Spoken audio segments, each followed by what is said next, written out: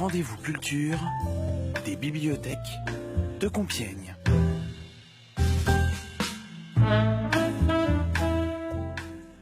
Bonjour à toutes et à tous. Merci à Radiographite de nous accueillir. Merci à vous de nous écouter. Donc, c'est le rendez-vous culture des bibliothèques de Compiègne avec aujourd'hui Anne, Frédéric, Amy et moi-même, Antoine. Comme vous le savez peut-être, les bibliothèques ont rouvert récemment de manière un peu plus large. Il y a encore des restrictions dues à la pandémie.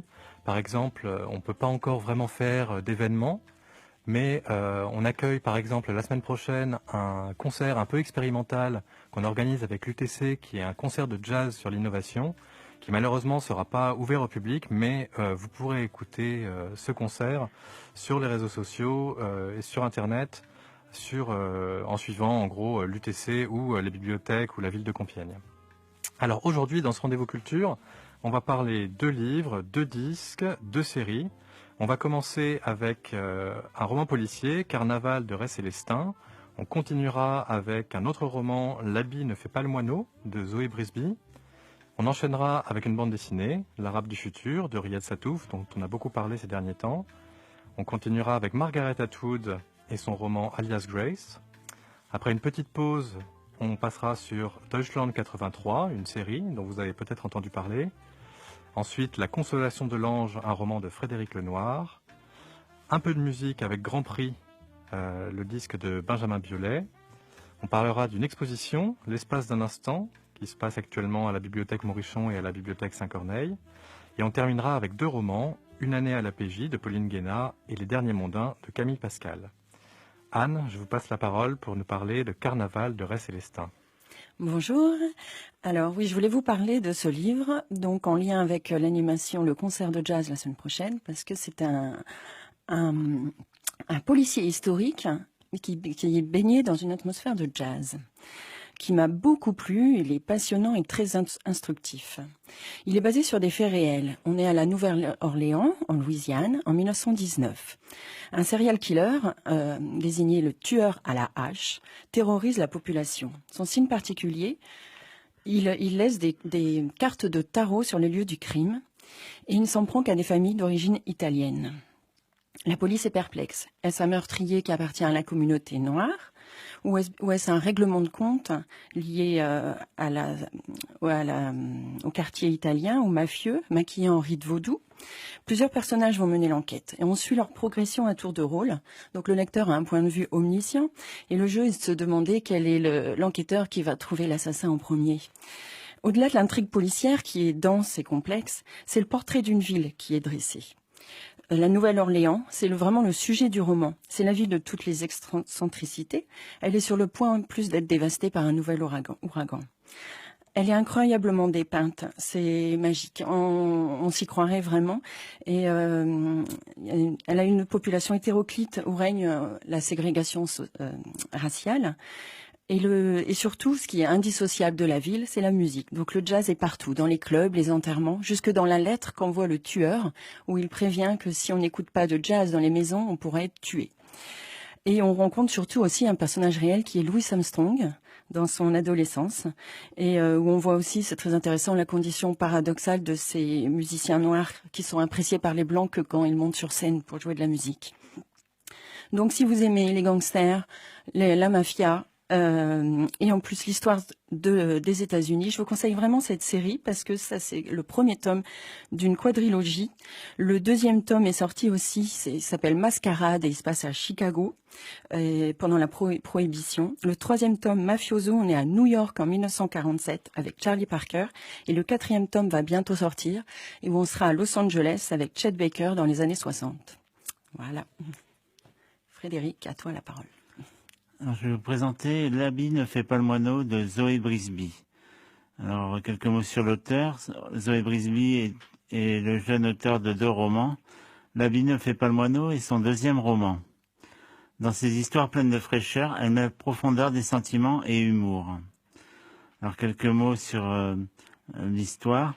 Donc, c'est l'histoire de Maxine, qui était une fringante nonagénaire, qui a décidé de quitter la maison de retraite pour voguer par Mont et par Vaud. Elle a besoin d'une voiture et cherche à faire du covoiturage. Elle fait la rencontre alors d'Alex, 25 ans, un peu perdu à cause d'un chagrin d'amour et qui a une place dans sa voiture. Leur rencontre est assez particulière, je ne vous dis pas plus. Une rencontre qui sera le départ d'une aventure sans doute la plus belle de leur vie. Alors ce voyage, ce road trip frais et plein de surprises multiplie les événements s'enchaînent au même rythme que les sentiments. Alors j'ai vraiment adoré ce roman, j'ai passé un excellent moment avec L'habit ne fait pas le moineau. Vous comprendrez le titre en le lisant. En effet, Maxime a tendance à transformer les maximes, ce qui crée de vraies tranches de rigolade dans le livre. Malgré des situations rocambolesques, Zoé Brisby traite des sujets très sérieux, mais elle les traite toujours sous un mode léger et dédramatisant en fait. Les joutes verbales entre le jeune homme et la vieille dame sont tour à tour hilarantes et émouvantes. Chacun se livre sur son passé. On rit beaucoup dans ce roman et la note finale, je vous la laisse découvrir. Merci Frédéric. Alors moi je vais vous parler d'une bande dessinée dont on a beaucoup parlé il y a un mois, qui est L'Arabe du futur de Riyad Sattouf. Alors je vais vous parler du tome 5, mais en fait L'Arabe du futur c'est une série qui se déroule depuis plusieurs années et qui raconte la vie de l'auteur entre la Syrie, la Libye, la Bretagne. C'est l'histoire d'un petit garçon à qui son père dit fièrement qu'il sera l'Arabe du futur. Et puis en fait, bon, c'est un peu plus compliqué que ça. Ça passe par la Bretagne, ça passe par l'Arabie Saoudite. Et en fait, c'est Riyad Sattouf. Donc c'est furieusement intelligent. C'est des observations très bien vues sur l'adolescence. Alors si certains d'entre vous connaissent La vie secrète des jeunes ou Les cahiers d'Esther, c'est un peu toujours dans cette veine-là. C'est-à-dire des réflexions très très bien vues sur l'adolescence, une période à laquelle on ne comprend pas grand-chose de manière générale. Quand on la vit, on ne comprend rien, et quand c'est nos enfants qui la vivent, on en comprend encore moins. Et Riyad Sattouf, c'est pas mal justement pour essayer de saisir quelques aspects particuliers. Notamment, il y a toujours chez Riyad Sattouf, et en particulier dans l'Arabe du futur, une réflexion très puissante sur la virilité, sur les valeurs de la masculinité, sur ce que ça implique, sur ce que ça cause dans les familles. L'œuvre emblématique de Riyad Sattouf qui parle de ces questions-là, c'est peut-être Pascal Brutal, qui est un ovni littéraire et en matière de bande dessinée, une réflexion sur la nouvelle virilité dans la France, je crois, du deuxième septennat d'Alain Madelin. Donc c'est une fiction assez incroyable. Et dans l'Arabe du futur, et dans le tome 5 notamment, on retrouve un peu tout ça, toutes ces réflexions sur la jeunesse, l'adolescence, tout ça lié avec l'histoire du Moyen-Orient, de la France et de la vie de Riyad Sattouf. Amy, je vous passe la parole pour nous parler de Margaret Atwood. Merci Antoine. Alors, je vais vous parler aujourd'hui donc du roman de Margaret Atwood qui s'intitule Alias Grace.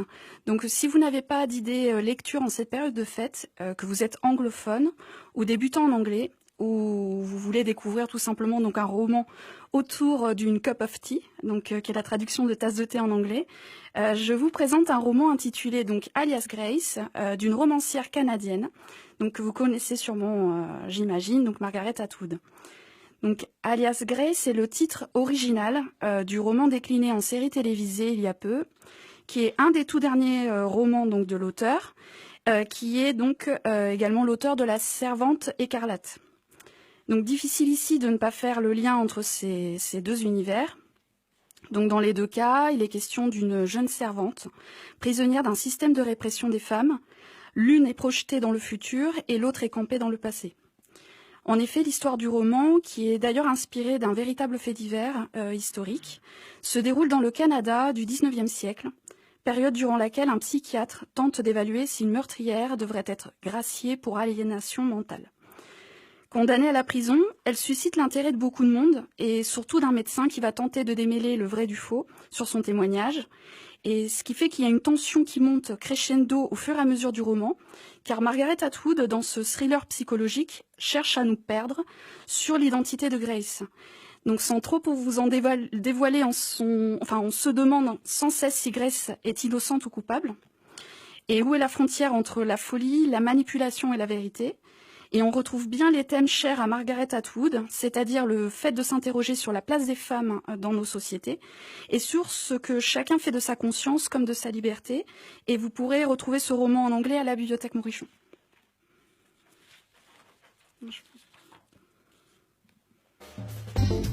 Le rendez-vous culture des bibliothèques de Compiègne.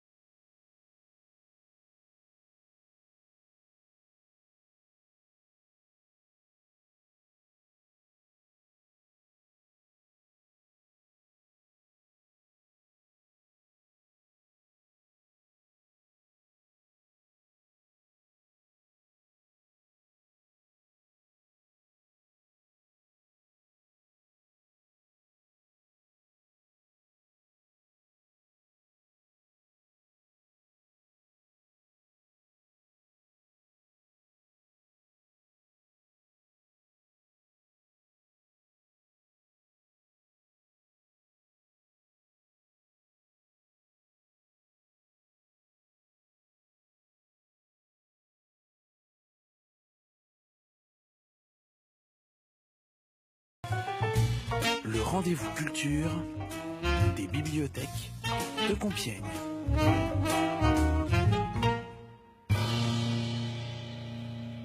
Vous venez d'entendre Under Pressure de Queen et David Bowie. Rien de tel pour vous donner envie de regarder la série dont je vais vous parler, Deutschland 83 et sa suite Deutschland 86. C'est une série allemande créée par Anna et Jörg Winger. Anna Winger, c'est la créatrice d'une série que j'adore aussi, qui est Unorthodox, que l'on peut voir sur Netflix. Donc, pour Deutschland 83, c'est un thriller d'espionnage aux accents historiques, très efficace et vraiment captivant. On est en 1983, donc. Un jeune soldat d'Allemagne de l'Est est recruté par les services secrets, la Stasi, pour espionner l'ennemi. Il est infiltré dans la base militaire ouest-allemande à Bonn. Il doit renseigner la RDA sur les risques d'une guerre nucléaire, rien que ça, et surveiller les projets d'armement des USA contre l'URSS, ainsi que les visées stratégiques de l'OTAN. On est dans une période tendue. C'est la crise des euromissiles et Reagan a qualifié l'URSS d'empire du mal. Donc la série va s'appuyer sur des images d'archives de journaux, de manifestations et de discours politiques. Et on suit donc la mission d'infiltration de notre héros entre tensions politiques et des opérations périlleuses. L'enjeu, c'est la survie de notre héros dans ce monde dangereux. Cette série est chargée en action et en rebondissement. On est dans le registre du pur divertissement, privilégié à un cours d'histoire. Donc c'est donc un mélange entre espionnage et romance, vraiment très, très bien rythmé. La série rend bien l'atmosphère de ces années. Notre héros, Martin, incarne parfaitement les contradictions de son pays, partagées entre l'Est et l'Ouest, mais entre ses missions et ses désirs. On s'amuse des différences culturelles et des différents modes de vie entre l'Est et l'Ouest. Ça illustre parfaitement le conflit aussi des générations. Les jeunes s'interrogent sur le passé de leurs parents. Et il y a beaucoup d'images aussi des mouvements étudiants pour la paix. Et on est aussi à la période de l'arrivée du sida, donc des inquiétudes. Et on voit aussi les livres interdits qui circulent. C'est vraiment très intéressant au niveau historique. Mais et la mise en scène est très soignée, avec des acteurs vraiment impeccables.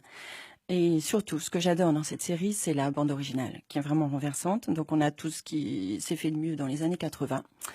Donc la saison 2, Deutschland 86, est géniale aussi. Même les personnages ont pris de l'épaisseur, donc elle est encore plus passionnante. Le héros se retrouve exilé en Angola. Donc on est en pleine apartheid avec la montée du terrorisme, les trafics d'armes, donc toujours le sida et Tchernobyl aussi. Et on est au lendemain de l'arrivée de Gorbatchev.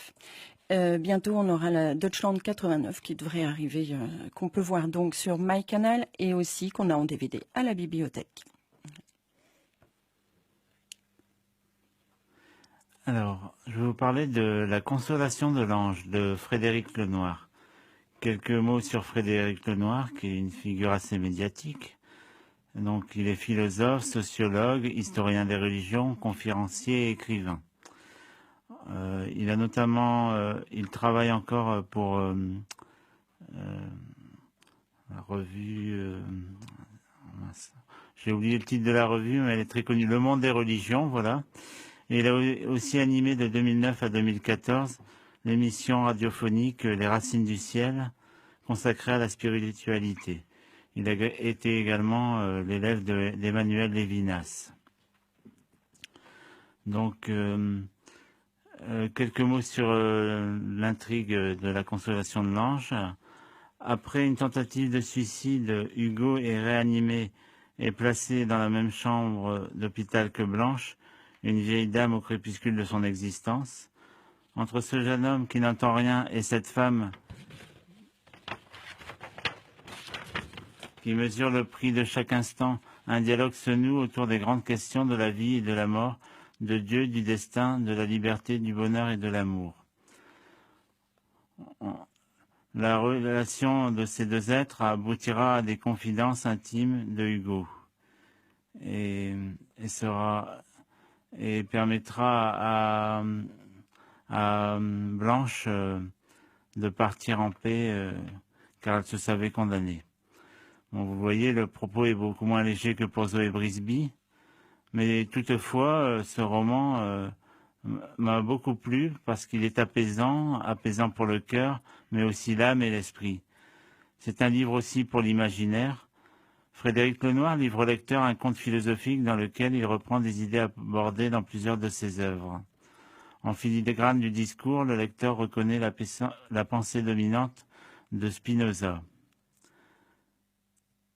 Bon, il faut savoir que que Frédéric Lenoir laisse une place à l'irrationnel. Donc, si vous êtes rationaliste convaincu, peut-être que ça ne vous plaira pas autant qu'à moi. Mais certains pourront établir un rapprochement entre leur récit principal et le film Harold et Maude, inspiré de la pièce de théâtre de Colin Higgins. C'est vraiment une complicité qui s'établit entre Blanche et Hugo, et franchement, ça change les idées. Voilà.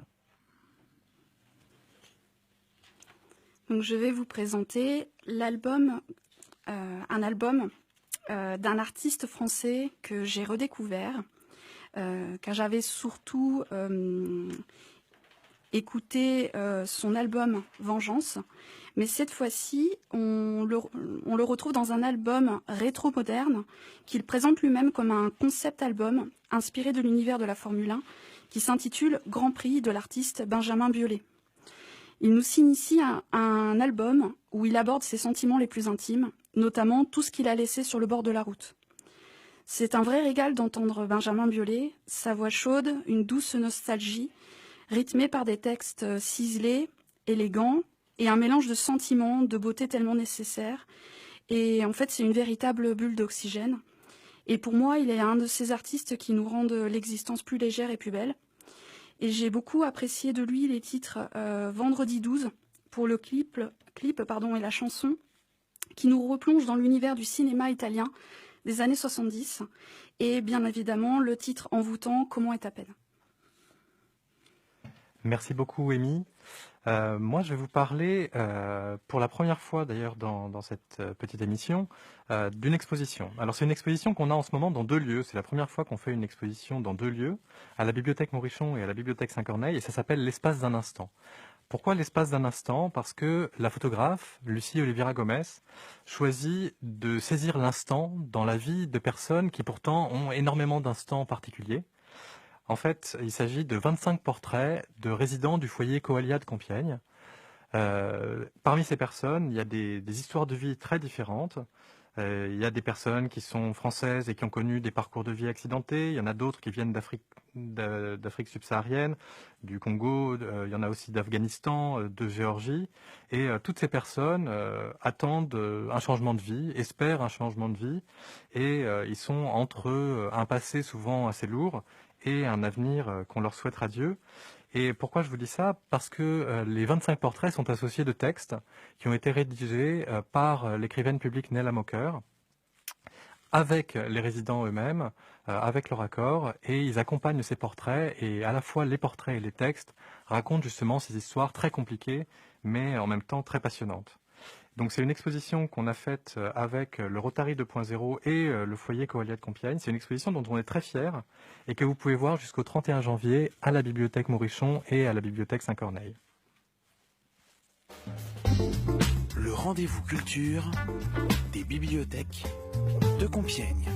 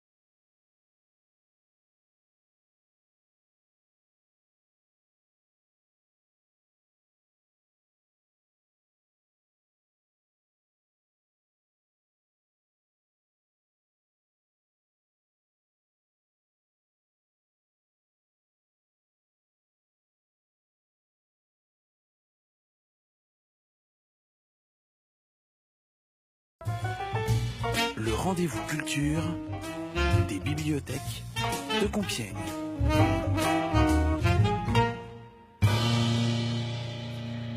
Vous venez d'entendre 99 de Nena, musique emblématique de la série que je vous recommande, Deutschland 83.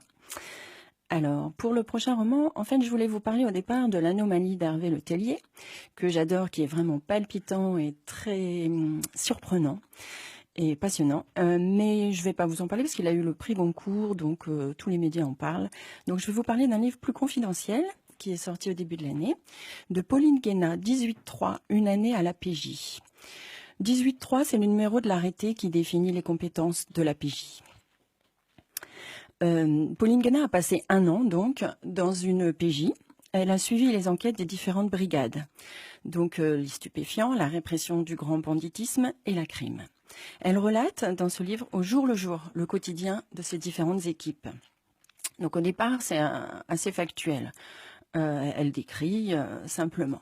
Mais on se prend vite au jeu en fait et au fur et à mesure on connaît les personnages, les enquêtes et on a vraiment envie de poursuivre. C'est passionnant en fait et surtout par la restitution qu'en fait l'auteur qui écrit très bien. Et elle propose un autre regard sur la police, loin du sensationnel prisé par les médias et sans effet dramatique. Elle s'attache à des détails du quotidien avec une vraie qualité d'écriture. C'est du docu-fiction, de la littérature du réel, mais vraiment respectueuse des institutions et de ces hommes. Enfin, des hommes, des institutions. Et en même temps, c'est touchant.